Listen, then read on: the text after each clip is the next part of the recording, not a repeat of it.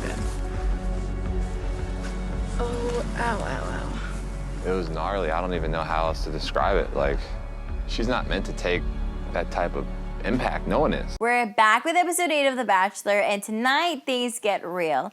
It's officially hometown, so it's time to meet the families and for some tough decisions to be made. I'm Gabriella, and this is your Batch Recap. Let's start with Michelle. She received the first hometown date. They started up a meeting in Michelle's class via Zoom, where the kids asked Matt some silly questions like, have you guys kissed yet? Oh, no. and they asked some deeper ones. Are you going to marry her?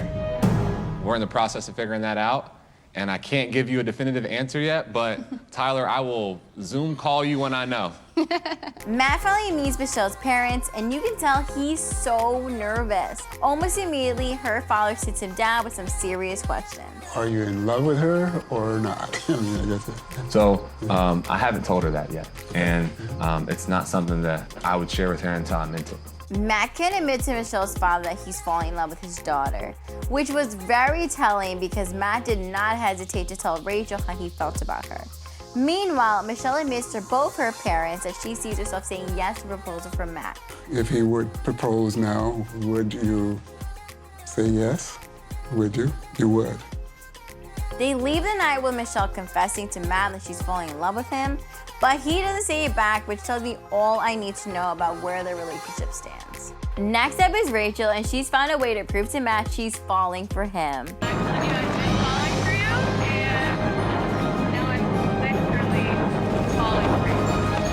While Matt has a smooth landing, Rachel's was a little rough. A scary situation like this puts everything in perspective for Matt. When they arrive to meet Rachel's family, we can instantly tell that they are skeptical of the process. Rachel's dad seemed to have the hardest time understanding how his feelings for Rachel could be genuine, knowing that he's dating 3 other women. Matt does his best to reassure him that his feelings are pure. And I told her that I'm falling in love with her because I've never connected with someone on the level that we've connected on. Rachel's mom, on the other hand, is trying to sort out if her daughter's feelings are naive or genuine. So have you seen anything bad or anything you don't like? That's what's scary. Is like I've never seen a red flag. I'm sure everybody has a bad day. He hasn't had any. I mean, I'm No, sure that is what's he's gonna have a crazy, bad Mom. day. Everything about this interaction was pretty positive, except Rachel was not happy that Matt did not ask her father for his blessing. But Matt's reasoning was pretty simple. He just didn't want to ask multiple families for their blessing before he was absolutely sure who he wanted to be with. Bree shows Matt her wild side, and she takes him off-roading. When they finally reach the hilltop, they have a serious conversation about unconventional families and meeting her mom.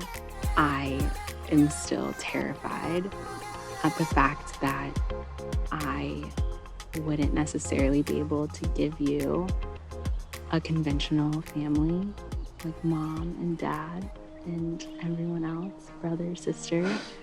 But I would just hope that we will meet today will be enough. When Matt arrives to meet her family, he's introduced to her mom, her best friend, and her new baby sister. Bree's mom gets right down to business and steals Matt for a conversation. Are you in love with her? I'm falling for her. Bree's mom is trying to sort out if this is all a fantasy, but after speaking with her daughter, she can tell this is very real. She assures Bree that she needs to be vulnerable. To be honest, and you have to be vulnerable, and that's a hard thing to do. Worst case scenario, we are mending a broken heart together, but we'll survive.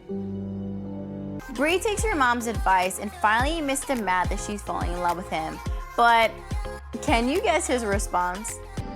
Thank you for sharing that with me tonight. Last but not least, Serena sneaks Matt over the border.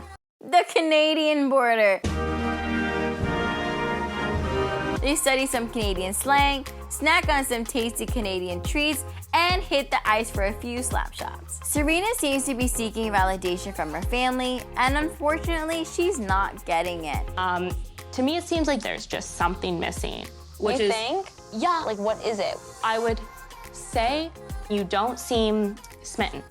And I think it's because you're in your head. Personally, I think you're logically being like, yeah, Matt checks all the boxes, but where's that it factor?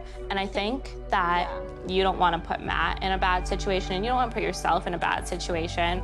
Both her sister and her mom notice that she's not smitten. After a few difficult conversations, she has one more with Matt back at the chateau, and she admits that he's not her person. When it came to being able to actually talk about my feelings for you and how I felt about you, I really struggled.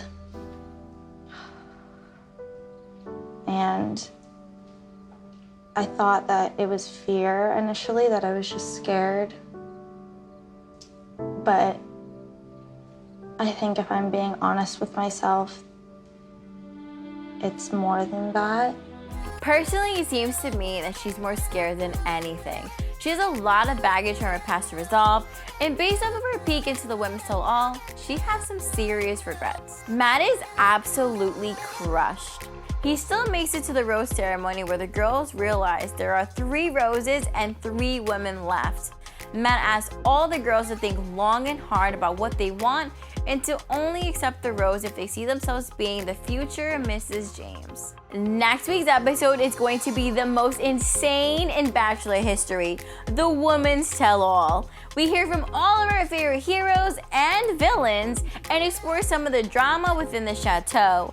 Don't forget to like, comment, and follow @TheBachelorita for all things Bachelor.